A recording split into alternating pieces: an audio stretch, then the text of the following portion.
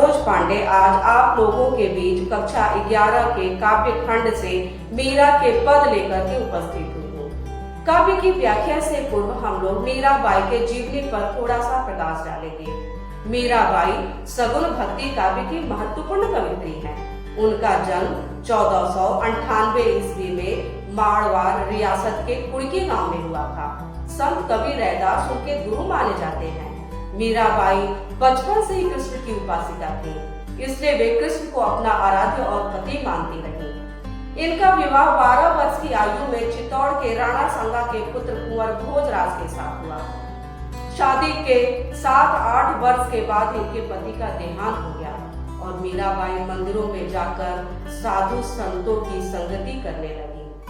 अनेक बाधाओं के बावजूद वे कृष्ण भक्ति से टस से मस नहीं हुई।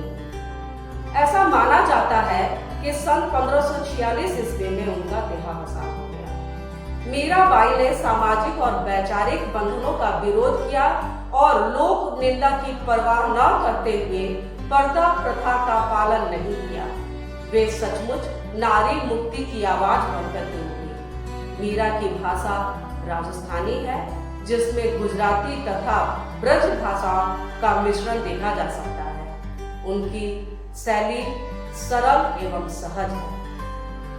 हम काव्यांश के अर्थ को भाव से समझने का प्रयास करेंगे। मेरे तो गिरधर गोपाल दूसर हो, जाके सिर मोर मुकुट मेरो प्रतिशोध। कवित्री कहती है कि मेरे तो गिरधर गोपाल अर्थात श्री कृष्ण ही मेरे सब कुछ है, दूसरे से मेरा कोई संबंध नहीं है। जाके सिर मोर मुकुट मेरो पति सोई। आगे उनका परिचय देते हुए कहती है कि जिसके सिर पर मोर का मुकुट है वही मेरे पति है। छाड़ गई कुल की कानी कहा कर है कोई। मीराबाई कहती है कि मैं तो उनके लिए परिवार की मान मर्यादा को भी छोड़ दी है, अब कोई मेरा क्या कर सकता है। संतन डिग बैठी बैठी लोक लाज कोई। मीराबाई कहती हैं कि साधु संतों के साथ बैठ बैठकर मैंने लोक लाज को छोड़ दिया है। असवन जल सींच सींच प्रेम बेली होगी, अब तो बेली फैल गई आनंद फल होगी। कवित्री कहती है कि कृष्ण के प्रति प्रेम रूपी बेल को मैं कृष्ण के वियोग में बहने वाले आंसुओं के जल से सींच सींच कर पुलकित तथा पुष्पित किया है और अब बेल बढ़ गई है, इस पर आनंद रूपी फल लगने लगे हैं। भाव ये है कि प्रभु से प्रेम करने में मुझे अत्यधिक आनंद प्राप्त हो रहा है। दूध की मथनिया बड़े प्रेम से बिलोई, दही मथी घृत काढ़ लियो डार दही छोड़ी। मखनी वह होता है जिससे दही को मथ कर मक्खन निकाला जाता है, फिर उसी मक्खन से घी बनाया जाता है। कवित्री उसी मथनी को उदाहरण स्वरूप प्रस्तुत करते हुए अपनी कृष्ण के प्रति भक्ति के बारे में बोल रही हैं कि मैंने दूध से दही बनाकर बड़े प्रेम से मथनी द्वारा भिगोया है। दही को मथ कर मैंने घी निकाल लिया है और छाछ को फेंक दिया है।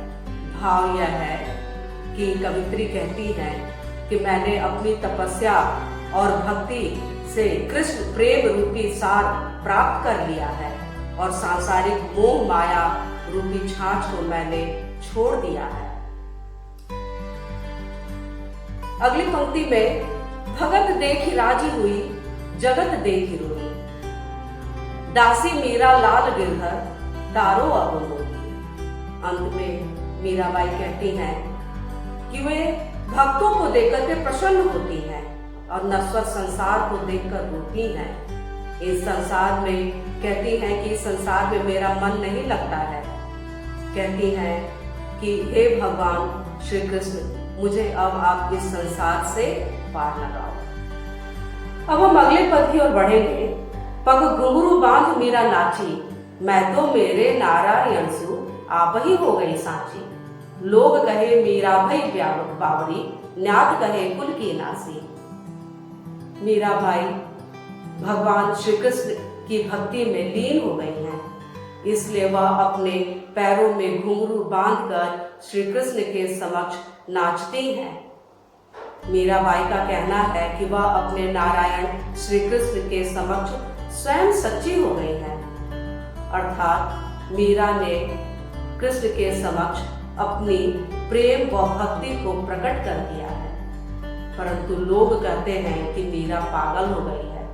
परिवार वाले तो कहते हैं कि मीरा ने अपने कुल को नष्ट कर दिया है। उनका मानना है कि मीरा श्री कृष्ण के सामने नाच कर अपने कुल को कलंकित कर दिया है। आगे मीराबाई कहती हैं कि विष का प्याला राणा भेजा, पीवत मीरा हासी, मीरा के प्रभु गिरधर नागर, सहज मिले रघुनासी।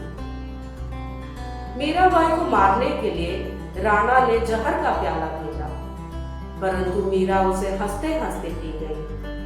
अंत में मीराबाई कहती हैं कि मेरे स्वामी तो गोवर्धन पर्वत को धारण करने वाले श्री कृष्ण अत्यंत चतुर हैं। वे अनस्वर हैं और सच्चा प्रेम करने वाले को वे सहज रूप से प्राप्त हो जाते हैं। अब हम इस पद्यांश की कुछ विशेष बातों को जो दोनों पद्यांश में कॉमन है, इस पर ध्यान देंगे। कृष्ण के प्रति मीरा का अटूट प्रेम व्यक्त हुआ है। अनुप्रास अलंकार की छटा है। राजस्थानी मिश्रित ब्रजभाषा है। संगीतात्मकता व गेयता है। भक्ति रस की अभिव्यक्ति